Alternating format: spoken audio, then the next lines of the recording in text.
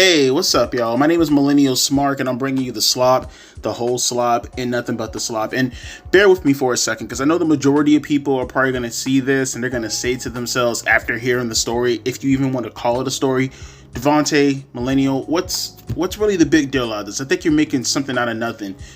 Bear with me for a second, because I want to broaden this out into an overall generalized topic, all right? So bear with me after you hear this before you actually say this is not that big of a deal, because it really isn't. Just bear, okay?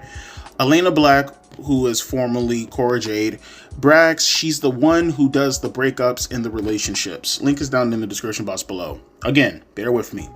Elena Black had a very active dating life during her time in NXT, as she was linked to both Braun Breaker and Harlem Lewis, who I have no clue who that is. With that in mind, Black has now bragged that she's the one who does the breakups. While speaking to Denise Salcido, I guess that's how you say her name, Elena Black played a game of Never Have I Ever. Black was asked if she had ever broken up with someone, and she admitted that she had, saying yes, okay? Denise then told Black that it's always better to be the one ending things than the one getting dumped, saying it's better to be the one doing the breaking up than getting broken up with, I presume is what they meant. Elena Black agreed, as she made it clear that she doesn't usually get broken up with, proudly adding that it doesn't tend to happen to her, saying, exactly, I don't tend to get broken up with often. Black and Breaker's relationship ended back in early 2024, while her relationship with Lewis came to an end just a few months ago. Whether it's in the ring or outside of it, Elena Black clearly likes to be in charge. She's also not afraid to let everyone know that she's usually the one who decides when things end, and that's unlikely to change anytime soon.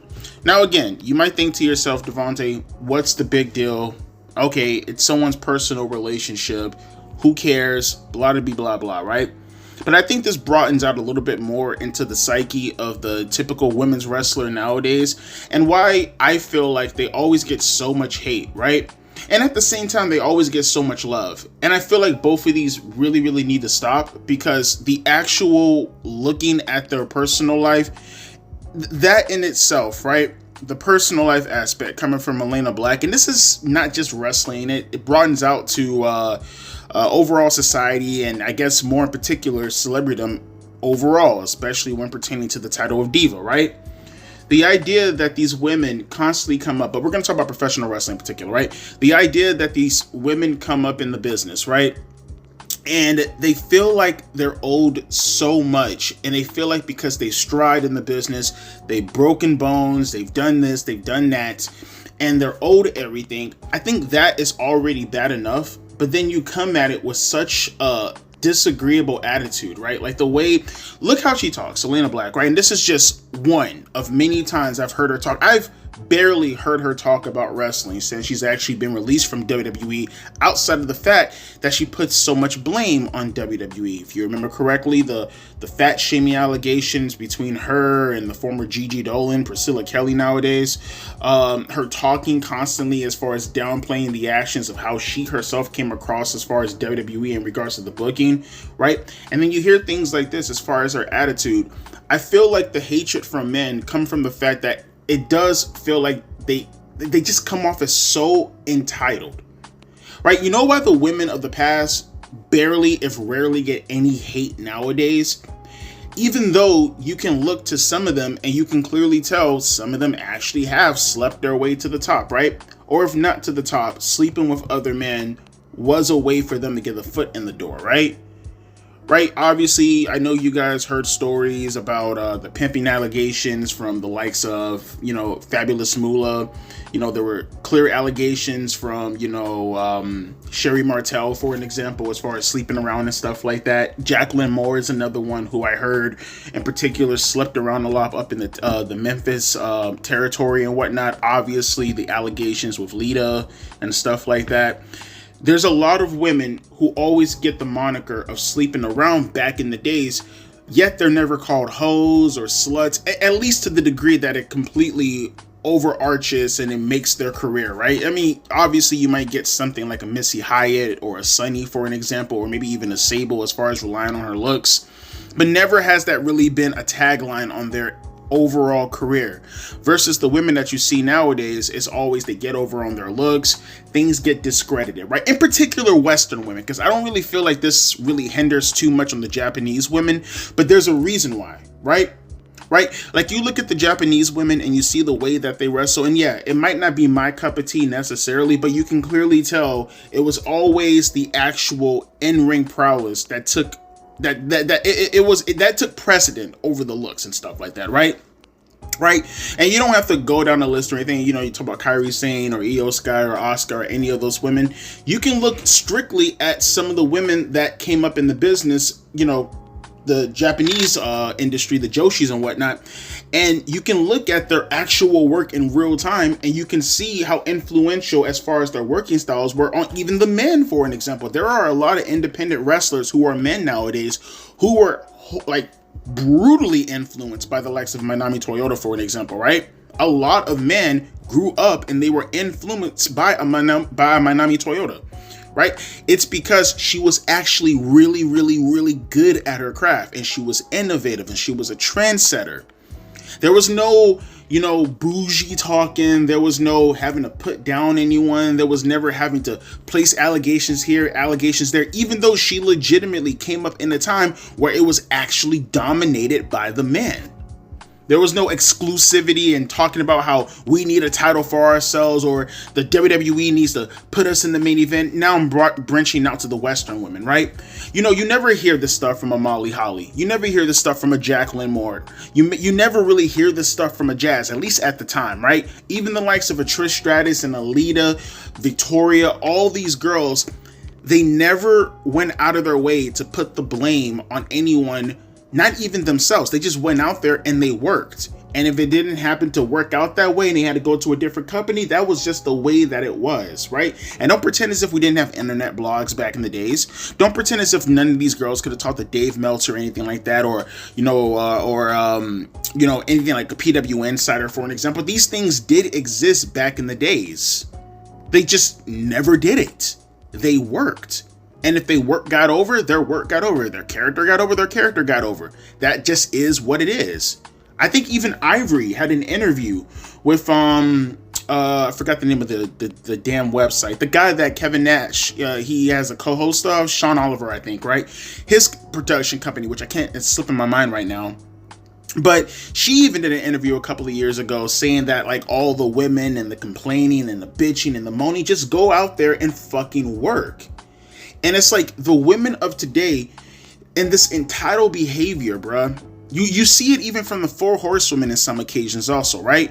Like you see Charlotte Flair and she talks shit sometimes. Becky Lynch, she came out talking about how about we revamp the name. Remember that story? I don't know if you guys remember that story where Becky Lynch was like, oh, we should revamp the name from women's title to world title just like the men. Like stupid shit like that. And it's like, I feel like being on the shoulders of giants, they themselves think that they're the giants. They themselves think that they've actually paved the way for the women of today, when it's like, no, not really. Like the whole fucking campaign of, you know, the women's evolution or the women's revolution, whatever you like to call it, that was what it was, a campaign. Fans got behind the idea of pushing women like the Four Horsewomen to be into the position where they had become influential. I'm not going to take the influential status away from them, but let's not pretend that the women of today didn't get that position strictly based off of fandom. Fandom and social media, the internet, things that the women of the past did not have. And it's not to say that the women of today aren't better than the women of the past.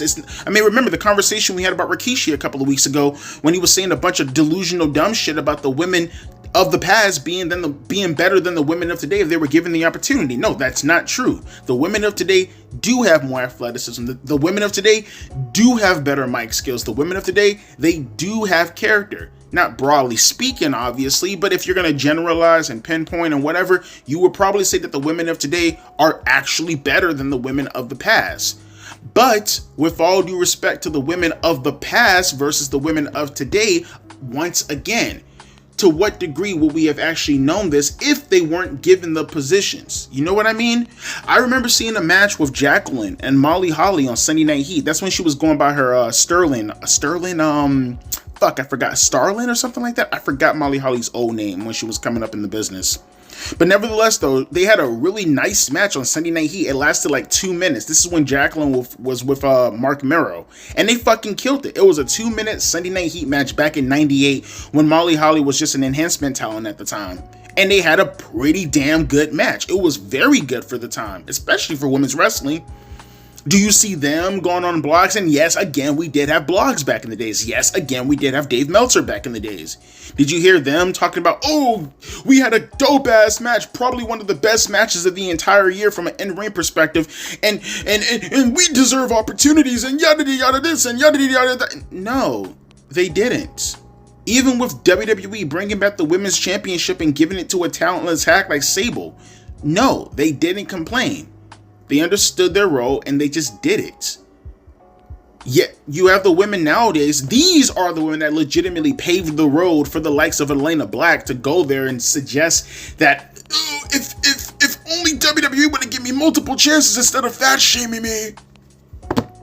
Like, again, it's that entitled behavior and it's that entitled way of how they look at things, the constant virtue signaling to the masses out there and constantly pretending as if you weren't given an opportunity.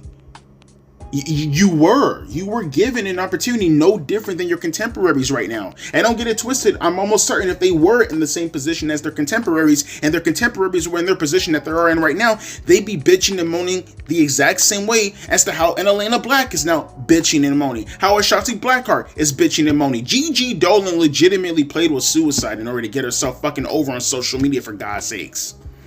That's where we are at now with the women.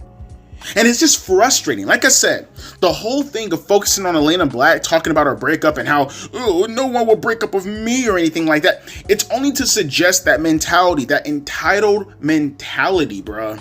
It's that. That's where it's rooted in. It's rooted in that. And again, before someone says, Devontae, that's not a big deal. Again, you're not focusing on the main problem. To sit here and have the entitled mentality of most of the women wrestlers nowadays, right? So this extends to a Sasha Banks and a Mercedes Moné also. To have this entitled behavior when I don't have any proof that you're drawing heavily. Yeah, you can look at certain people like a Becky Lynch at one point in time, right? But that's the exception, not the rule. Most women, I'm just being honest with you, they don't draw. They don't. Again, look at other entitled behavior recently, like them suggesting that there are so many things that there's so many roadblocks in their way as far as evolution. Now, I was going to make this a point that I wanted to discuss in the intro of the Dynamite review, because obviously ticket sales have now like dramatically slowed up, right? It is severe how lack of shits people give about Evolution 2. But again, they missed the point. Because Evolution 1 also sucked complete ass. Now, you can have your opinions about the show. That is what it is. But I'm talking about how much fucks people gave. No one gave a shit about Evolution 1 also. The only reason that WWE even made it a point to make it an actual show was because you had people who were clamoring for the main event, because you had Ronda Rousey, who is an over talent, at least at the time, coming from the MMA world, and Nikki Bella with the Bella Army along with Brie Bella, because those were the two women legitimately drawing. Say what you will, they were. They were. At least within the metrics that would give them the reason to want to be the main event and to have the poster and to have the show put on the backs of. And it's like, to constantly see these women pretend as if they're actually owed so much is frustrating. To see them make so many excuses, it's frustrating. If you were as over as you claim to be, or as if you make up in your mind to believe that you are as over as you legitimately believe to even warrant this type of entitled mentality, then where's the proof? Where's the metrics? You can make up as many excuses as you would like to make up for Evolution, but the proof is in the pudding. You talk about the Beyonce concert, you talk about MLB, you talk about All In and how they're now going to overshadow you. Was All In overshadowing WWE events when it happened to be dealing with the men? Huh? No, it didn't. It wouldn't. It won't. If SummerSlam was on the same time frame as an All In, AEW would be moving All In. But they won't do it for Evolution because they know Evolution, no one gives a fuck about the women wrestlers in that manner. I'll do you one better. For all the cucks out there who want to consistently put these women on that plateau, if evolution was as big of a deal as people are claiming it to be, right? Then why the fuck won't the women get their own brands? Huh? We got Shimmer. We got All Japan Women's Wrestling. We got Stardom. Where the fuck are the brand-only women companies in North America? You know, the ones that are actually put on a pedestal. The ones that people legitimately care about outside of the IWC. Oh, that's right. You don't fucking have it. Oh, that's right. You're propped up just like the WNBA are by the NBA.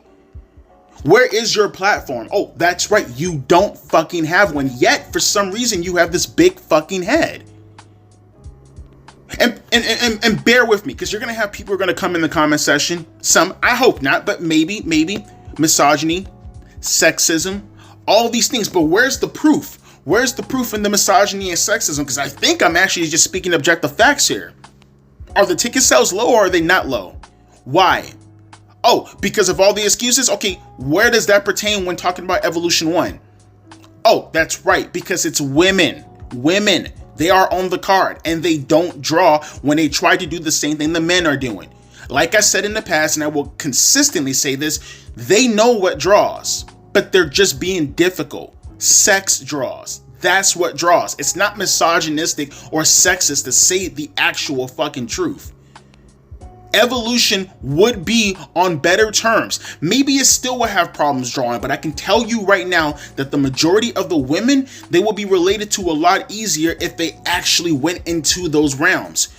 You think Stephanie Vakir, who just came on the main roster not even a cup of coffee ago, got over strictly because of her wrestling? She got over because she does that damn move. What was she called? The Devil's Kiss, where she's bouncing someone's head underneath her knees and you get to see frame her ass jiggle as she bounces. You think she gets over outside of that move? No. Rhea Ripley.